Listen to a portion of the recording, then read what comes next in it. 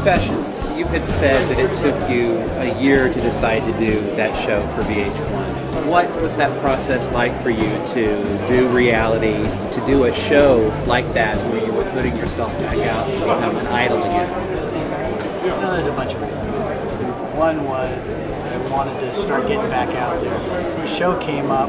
I wasn't really convinced that I wanted to do a reality show, so yeah, it took a year because they just kept talking to me, and a friend of mine over at VH1 kept saying, oh, this is a really good show. This is different than you really think it is, and I wouldn't put you in something that I didn't think you'd be really good at, and, you know, the whole thing. And so when we discussed it, you know, and I discussed it with my manager and stuff like that, it was one of these deals where, you know, Billy Hussey I knew, I knew a couple of the different guys in the group. You know, and I thought, well, originally I thought, okay, well, it's a bunch of guys from the 80s. Okay, so what? So what are we going to talk about the 80s? Well, that's a half hour. Then what? You know what I mean? Are we going to just top each other with stories? TJ Hooker. Yes. So where is this going to go? Long story short, it was something that was visibility. I mean, looking at beyond what the actual show was, because they can't really tell you too much because it's a reality show.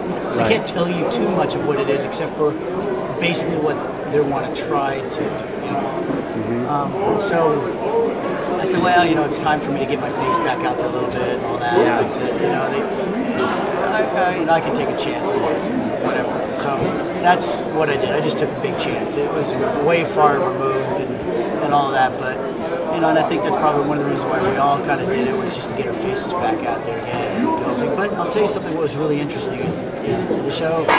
Those guys turned out to be a heck of a lot more interesting than I ever thought. As a matter of fact, if they really had done the show in a different way, they probably would have had an Emmy, because it was very fascinating. Each guy with the baggage that they brought, and the business, and how it affected each one of us, and who we are as the people today, as friends and sons and husbands and fathers.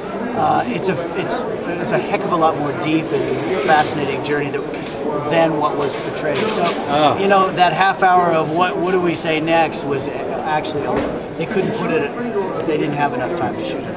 That's amazing. Yeah, Usually really it's the other way around. I know, it was really, really fascinating. When you really get into the, you know, and each one of those guys, in his own right, in their day, was somebody very, very, very well known. I mean, and that aspect of it is really amazing in someone's life.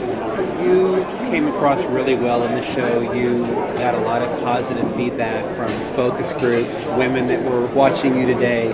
Some of your castmates on Confessions were not so lucky. They had a tough re-entry. What was that like for you to be well received when some of your new friends were having a tougher time getting adjusted to the game? Well, you know, it was good and it was bad. It was one of those things where ducked a bullet, you know, got out of that one, you know. And at the same time, it's, you know, you feel bad for one of the other guys who gets creamed or something. So yeah, I mean, it's, how would you be in that situation? You know what I mean? It's like, you're glad that I didn't eat it too bad, and you feel bad that somebody else did. To catch more of this interview, go to youtube.com/retroalitytv. And for more celebrity interviews, go to www.retroality.tv.